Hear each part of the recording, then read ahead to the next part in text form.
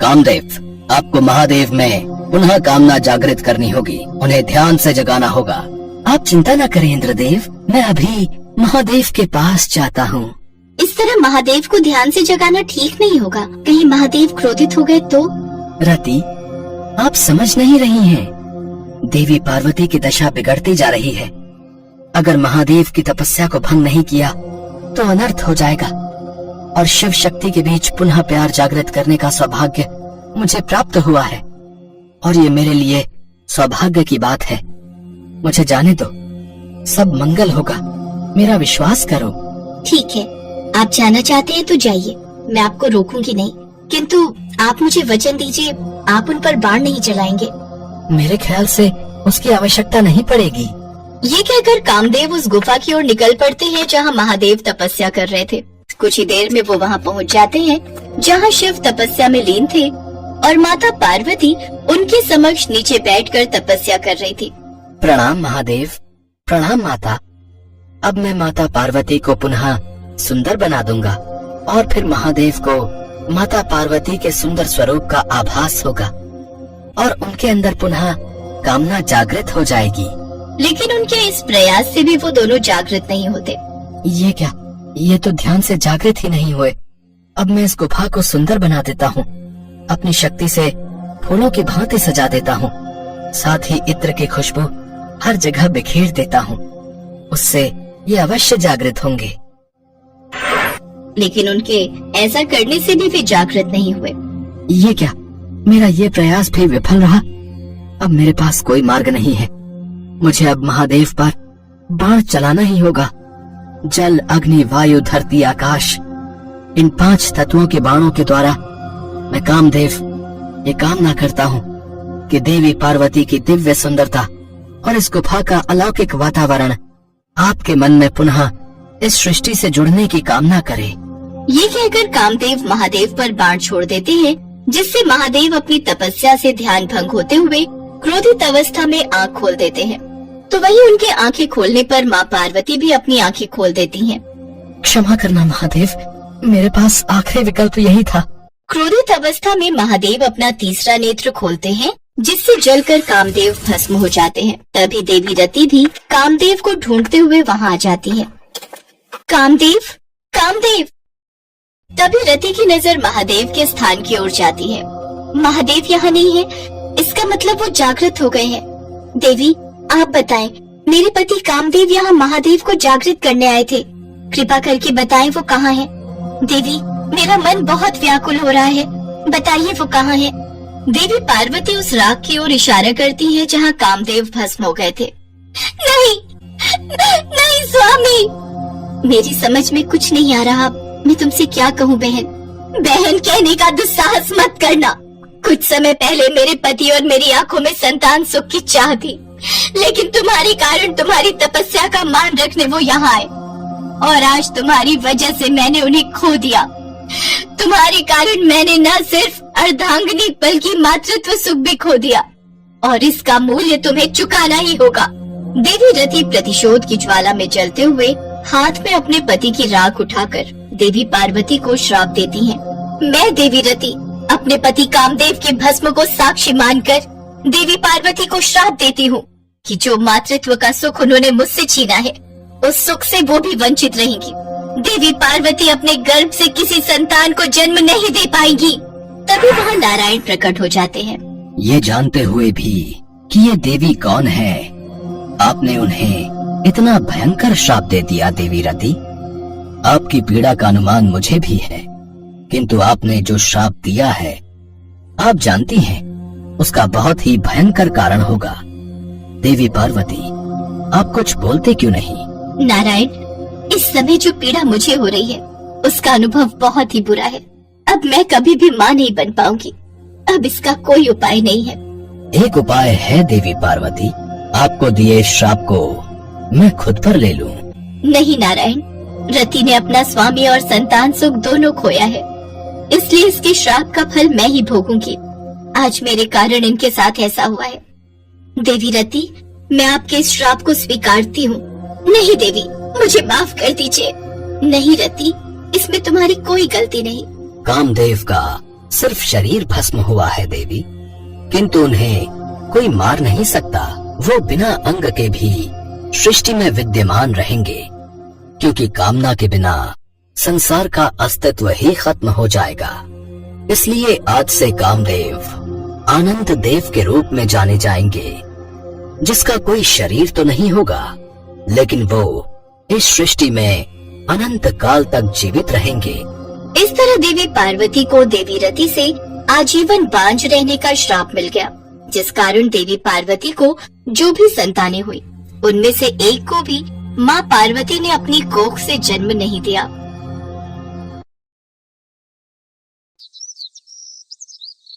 एक बार माँ पार्वती कैलाश पर भ्रमण कर रही थी, तभी उनकी नजर पृथ्वी लोक पर पड़ी। सेठ जी, ये माल गाड़ी में से उतार दिया है। ये ले, तेरे आज की कमाई के 200 रुपए। पूरा दिन मेहनत करके सिर्फ ये 200 रुपए ही कमाई हुई है। अब इसमें से 50 रुपए दूध के, 50 रुपए सब्जी के, बाकी बचे 100 रुपए जो पूरे 3 दिन चलाने हैं। ये हो गए पूरे 50,000 रुपए। इन्हें तिजोरी में रख देता हूँ। नहीं भैया, ये बहुत महंगी साड़ी है, कोई सस्ती सी दिखा दो। हाँ, ये 150 रुपए वाली ठीक है। भैया, ये तीनों साड़ी पैक कर दो। ये लो 5,000 रुपए। माँ पार्वती गरीब और अमीर दोनों को देख रही थी। आखिर जिसे जो चाहिए उसे मिलता नहीं, और जिसके पास पहले से हो उसे और मिल जाता है। इस प्रश्न का उत्तर तो महादेव ही दे सकते हैं। धरती का ये नजारा देखकर माँ पार्वती भगवान शंकर के पास जाती है। महादेव, मैंने देखा है कि धरती पर जो व्यक्ति पहले से ही गरीब और दुखी है, उसे और ज्यादा दुख मिलता है, और जो सुख में है आप उसे दुख नहीं देते। ऐसा क्यों? भगवान, ये आपकी कौन सी लीला है? देवी पार्वती, इस बात का उत्तर जानने के लिए आपको हमारे साथ धरती पर चलकर वहाँ के प्राणियों का हाल चाल जानना होगा। वहीं इस प्रश्न का उत्तर आपको प्राप्त होगा। भगवान शिव के कहे अनुसार कुछ समय बाद माँ पार्वती उनके साथ मृत्युलोक में प्राणियों का हालचाल जानने के लिए चल पड़ी। तभी रास्ते में उन्हें एक गरीब पति पत्नी जाते दिखाई दिए। और मिला, कुछ समझ नहीं आ रहा, हमारी गरीबी के दिन कब दूर होंगे। वो चंदन ने फिर एक नई जमीन खरीद ली। सबका भाग्य एक सा नहीं होता है जी। उसके भाग्य में अमीर बनना लिखा है, हमारी में नहीं। भगवान की इच्छा होगी तो हम भी अमीर बन जाएंगे।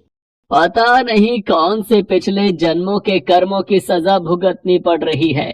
न जाने कौन से बुरे पाप किए थे। हे महादेव, आप इन दोनों पति पत्नी को कुछ ही पलों में अमीर बना सकते हैं। मेरे कहने पर आप इन्हें अमीर बना दीजिए। ये बेचारी कितनी दुखी हैं। देवी पार्वती, इन दोनों के भाग्य में अभी अमीर बनना नहीं लिखा है।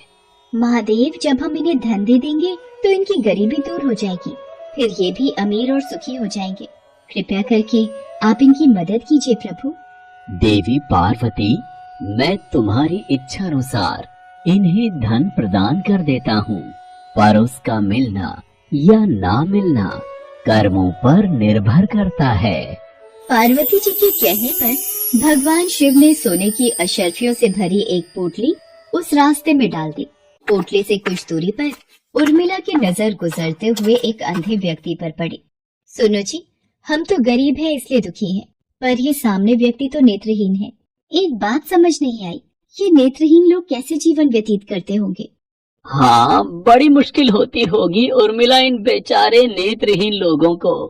चलो आज हम भी अंधों की तरह चलकर देखते हैं, देखिए ये कैसे जीवन जीते हैं। उर्मिला और सूरज आंखें बंद कर एक दूसरे का हाथ थामे चलने लगे। सोने की अशर्फियों की पोटली रास्ते में ही पड़ी रह गई। और वे दोनों करीब से गुजर गए। भगवान शिव बोले, देखा देवी पार्वती, इनके भाग्य में अभी गरीबी ही लिखी है। हम कुछ दिन धरती पर ही रहेंगे। यहाँ मनुष्य रूप में रहकर मैं तुम्हारे मन की सभी शंकाओं को दूर करना चाहता हूँ। भगवान शिव और देवी पार्वती ने मनुष्य का रूप धारण किया और पति पत्नी के रूप में एक गांव के पास डेरा जमाया। शाम के समय देवी पार्वती भगवान शिव से बोली, स्वामी, मैं रसोई की तैयारी शुरू करती हूँ। यहाँ पृथ्वी लोक में यदि हम रहने आ ही चुके हैं तो हमें भोजन की भी व्यवस्था करनी होगी। मैं चूल्हा बनाने की तैयारी करती हूँ। आप तब तक भोजन बनाने की सामग्री ले आइए। माँ पार्वती चूल्हा बनाने के लिए बाहर से ईंटें लेने गई। चूल्हा बनाने के लिए मुझे ईंटों की जरूरत है। ये एक जर्जर और टूटा मकान दिखाई दे रहा है। इसकी ईंटें मेरे काम आ जाएंगी। यही ले लेती हूँ। चूल्हा तो तैयार कर लिया, महादेव आते ही होंगे। अरे, आप आ गए। ये देखिए, मैंने चूल्हा तैयार कर लिया। पर आप खाली हाथ क्यों लौट आए स्वामी? भोजन कैसे बनेगा?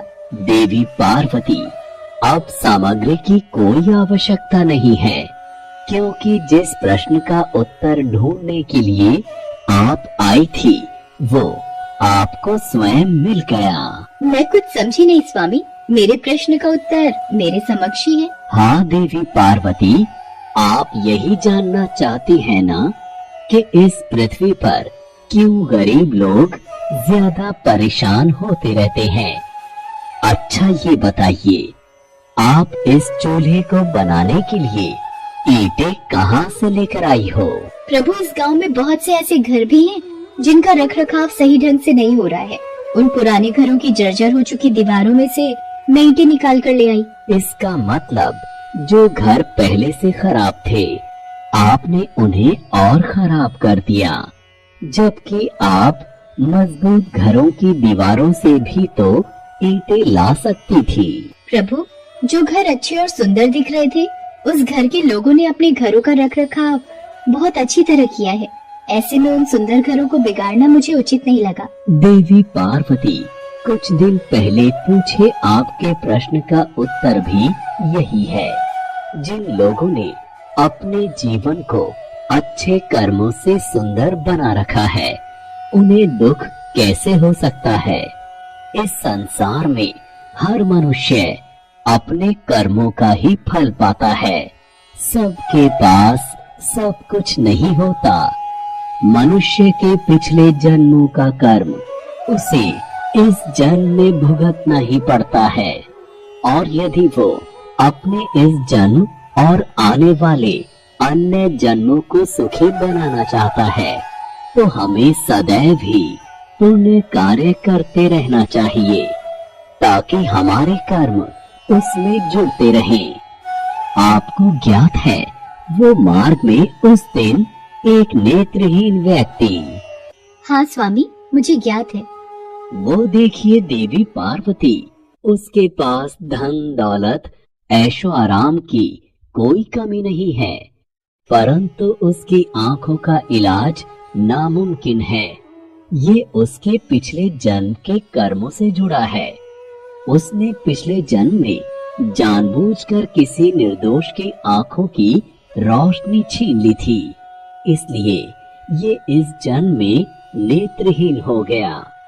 पर इसके कुछ पुण्य कार्यों की वजह से ये अमीर बना। और वो गरीब पति पत्नी स्वामी? देवी, वो दोनों पिछले जन्म में एक कंजूस अमीर सेठ सेठानी थे, जो कभी भी कोई दान पुण्य नहीं करते थे। इसलिए इस जन्म में उन्हें गरीबी और दुख मिला। पर इन दोनों के अच्छे कर्म इनका आगे का जीवन सुखी बना सकते हैं।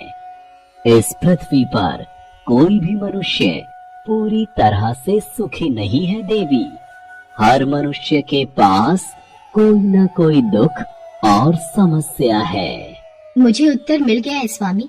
इस पृथ्वी पर सुखपूर्वक जीवन यापन करने के लिए मनुष्य को अपने द्वारा अच्छे कर्म करने चाहिए, ताकि उसे उसके पिछले बुरे कर्मों का फल न भुगतना पड़े, और फिर अपने प्रश्नों का उत्तर पाकर देवी पार्वती भगवान शंकर के साथ अपने रूप में आकर कैलाश वापस लौट गईं।